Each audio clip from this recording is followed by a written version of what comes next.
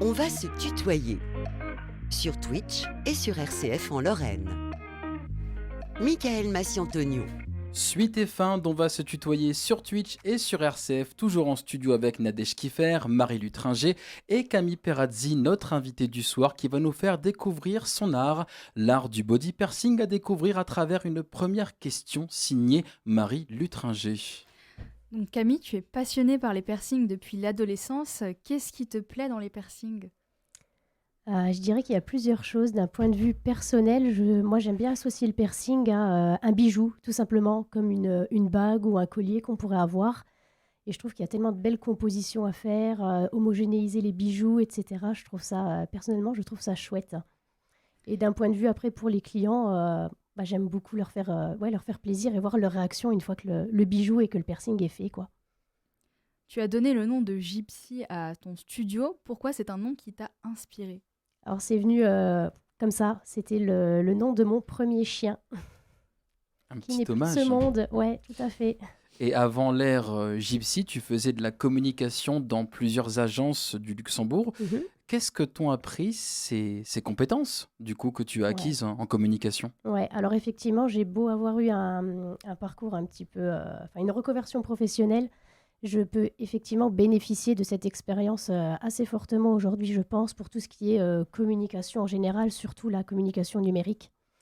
Et tu es passé par une réorientation professionnelle. Comment est-ce que, du coup, tu as monté ce projet ? Ça a dû passer aussi par la justification peut-être de ton statut de professionnel aussi. Comment ça s'est Euh, passé ? En fait, c'est tout bête. Je me suis un petit peu perdue dans les agences de communication. J'arrivais plus à m'épanouir et j'ai bénéficié d'un licenciement pour me reconvertir et sauter le pas, en fait. C'est arrivé à quelle période, Il y a 2 ans et demi maintenant. Nadège ? Ok. Est-ce que tu peux expliquer en quoi ça consiste exactement le processus de perçage et quels sont les principaux types de piercing que tu réalises ?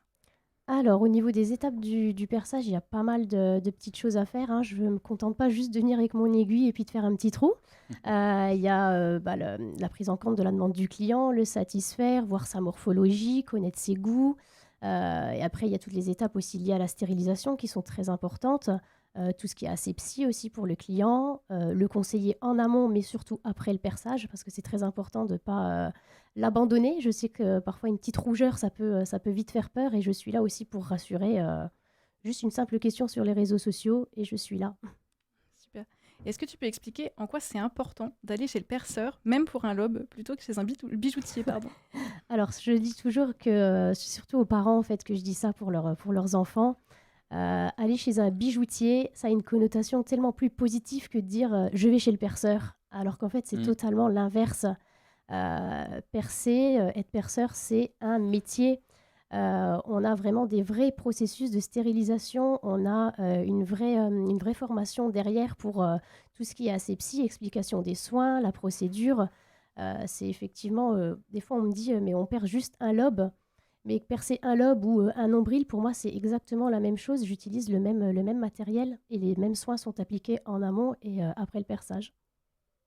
Tu dis assurer un vrai suivi médical lorsque tes clients se font percer. Comment se passe le suivi ?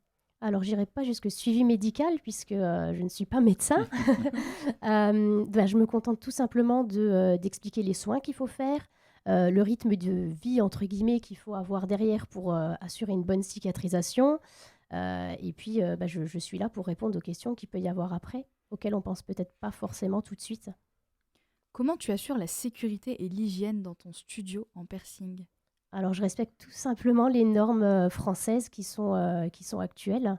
Les produits, les bons produits, le temps à respecter, les traçages qu'il faut faire sur les machines, les entretiens qu'il faut faire sur elles, de vérifier les dates de péremption, toutes ces petites choses-là en fait. Mais alors, du coup, comment tu choisis les fournisseurs pour les bijoux de piercing et quels critères, toi, tu prends compte à titre personnel ? La qualité, tout simplement. Il y a énormément de fournisseurs, que ce soit pour les professionnels ou même maintenant pour les particuliers. Et je pense qu'on peut très très vite s'y perdre si on ne s'y intéresse pas un minimum en fait pour la viabilité du piercing en tout cas et c'est l'optimisation de la cicatrisation. Et si on se place du côté du futur client, comment est-ce que tu gères les situations où un client est un petit peu nerveux ou anxieux avant de se faire percer ? Comment est-ce que tu les mets à l'aise, tout simplement? En fait, je suis tout simplement honnête et je ne cache pas le fait qu'un piercing fait mal, mais je rassure en disant que c'est extrêmement rapide. La sensation assez vive de l'aiguille qui traverse la peau, elle ne dure que 2 secondes. Et après, ce qu'on ressent, c'est forcément une petite gêne, une sensibilité, mais la pression redescend très très très vite. J'ai une question qui me vient du chat de Pikacube. Est-ce qu'il y a des demandes que tu ne réalises pas? Je dirais que oui, tout ce qui concerne les piercings génitaux pour hommes en tout cas. D'accord. Mm. Alors, quel conseil tu donnerais à quelqu'un qui veut justement se faire percer pour la première fois? Alors, le conseil que je donne à tout le monde, si on m'en demande avant le perçage, c'est surtout de ne pas regarder de vidéos sur Internet. Parce que souvent, voir l'acte, c'est beaucoup plus traumatisant que de le subir et de le ressentir sur soi. Et éviter de demander l'avis de la copine, du cousin, parce que le ressenti est vraiment, vraiment propre à chacun. Alors, est-ce qu'il t'est déjà arrivé de refuser un piercing pour la morphologie, par exemple, ou bien Absolument. pour Ouais. des problèmes médicaux, hein? Alors, problèmes médicaux, en principe, oui, les personnes m'avertissent avant, donc je prends soin de demander, leur dire de venir avec une attestation du médecin qui est OK ou pas. Après, question morphologie, oui, effectivement, j'en refuse pas mal, mais on trouve toujours une alternative. Quand tu dis morphologie, c'est-à-dire? Par exemple, une forme d'oreille qui ne convient pas pour que le piercing puisse tenir. Il y a l'exemple du nombril aussi qui est très, très, très courant. Souvent, les gens sont percés dans le ventre et pas dans le nombril. Il y a des alternatives à tout, il faut juste savoir les proposer. J'en profite pour rebondir avant toi, Marie, avec une question qui nous vient du chat de Virtuo. Est-ce que tu sens une évolution de la vision liée au piercing? Absolument, ouais. Dans quel Ouais. sens? Dans quel sens? Ça rejoint un petit peu une des questions qu'on m'a posées précédemment. Il y a de plus en plus d'enfants, enfin de parents du coup, qui viennent accompagner leurs enfants chez un perceur. D'accord. Marie? Donc, tu as fait des études de communication. Quel réseau tu utilises pour faire de la communication pour ton studio Gypsy Piercing? Alors j'avoue être un petit peu présente partout. C'est principalement Facebook, Instagram et mon site internet qui m'offrent une visibilité aujourd'hui, ouais. Tu mets les disponibilités de rendez-vous pour les clients qui veulent venir se faire percer via tes stories Instagram. Tu prends beaucoup de rendez-vous via Instagram? C'est kiff-kiff, Instagram, Facebook. J'ai aussi parfois des demandes par email, c'est un petit peu plus rare. J'en ai aussi par appel la journée, par SMS. Je suis vraiment présente sur tous les canaux. Tous les canaux, ouais. J'ai encore le chat qui veut réagir avec une nouvelle question. Est-ce que certains te demandent des piercings avec une dimension spirituelle? Pas vraiment. Non, j'avoue que non. C'est jamais arrivé. Non, pas. Je sais pas si la personne peut citer un exemple précis, peut-être. Bah, écoute, on va voir si ouais. ça arrive sur le chat. En attendant, Nadège a une question qui est pas si loin, en Non, tout puis cas. j'en profite d'ailleurs pour rebondir à la question du chat, justement, parce que qu'est-ce que tu penses? On parle notamment, par exemple, du DAIS qui est dans l'oreille, où on Ouais. dit que c'est un point d'acupuncture. Quel est ton avis sur le sujet? Moi, j'y crois pas, vraiment. J'ai beaucoup de personnes, effectivement, qui entendent que le DES apaise les maux, les maux de tête, les vertiges, toutes ces choses-là. Moi, je le vends pas comme étant un médicament. Je ne me permettrai pas. Je dis toujours que si ça marche, tant mieux, parce que j'imagine que ça doit être un sacré handicap de vivre avec ça. Et que dans le pire des cas, on se retrouve avec un joli bijou quand même. C'est ça. Est-ce que tu as déjà eu des expériences un peu inhabituelles ou mémorables, ou peut-être même un piercing gratifiant? Je dirais qu'ils sont tous gratifiants pour le coup. Ah, c'est beau. Ouais, j'ai la chance de pouvoir mettre des bijoux sublimes et c'est vraiment... je pense que c'est autant plaisant pour moi que pour le client qui va le porter. Mais sinon, des demandes un petit peu plus farfelues ou autres, là, j'en ai pas en tout cas qui me passent par la tête tout de suite. Ça reviendra peut-être. Ouais. C'est ça. Alors j'ai une question un peu conseil. Quelles sont les erreurs en fait les plus courantes que commettent tes clients justement en matière de soins après le perçage? Alors, il y en a quand même pas mal. Souvent, on me dit qu'est-ce que je dois faire pour désinfecter mon piercing? Alors, c'est un mot que je bannis, moi, de mon langage, et je remplace le mot Désinfecter. désinfecter, tout à Désinfecter, fait, oui. par nettoyer, tout simplement. La plaie est saine. Il n'y a pas besoin de faire grand-chose. Le corps est quand même suffisamment intelligent. J'imagine que la plupart des gens ont quand même un rythme de vie, une hygiène de vie qui est quand même correcte. Il suffit juste de venir la nettoyer, en fait. Moins on y touche, mieux c'est. Moins on dort dessus, mieux c'est. Voilà, c'est des petits conseils comme ça que je donne tous les jours. Mais alors du coup, Camille, en quoi ton approche du perçage peut-elle différer de celle d'autres professionnels? Qu'est-ce qui rend ton travail unique, en fait? Alors moi j'ai fait, j'en ai déjà pas mal sur moi des piercings que j'ai fait quand j'étais ado et je suis passée par, la petite phase avec, comment on peut dire ça? Le bijou tout simple qu'on appelait, à l'époque et que certains appellent encore, la prothèse, le bijou médical. Ah, le médical, oui. Ouais, c'est ça et j'ai voulu aller moi en fait au-delà et proposer, de percer directement avec des bijoux, qualitatifs et originaux. C'est donc ça qui rend ton travail unique au final, Camille. Et est-ce que tu continues de te former, d'évoluer dans ce milieu? Ouais, Et si oui, par absolument. quels moyens? Ouais, absolument. Alors je participe à des séminaires en fait. Régulièrement? Ouais, j'essaye. En tout cas, je sais qu'il y en a toujours un en France qui est organisé, en milieu d'année en principe. Mhm. Donc ça, oui. Et puis je me tiens un jour en fait, auprès d'autres professionnels, sur des groupes, qui recensent, des groupes Facebook qui recensent les meilleurs professionnels, de France et d'autres pays, ouais. Il nous reste plus ou moins 3 minutes. Est-ce qu'il existe des idées reçues sur le perçage que tu aimerais clarifier ici, à l'antenne de RCF? Je pense que ça a quand même plutôt bien évolué dans le sens, dans Tu un bon trouves? sens, c'est positif. Ouais, je trouve.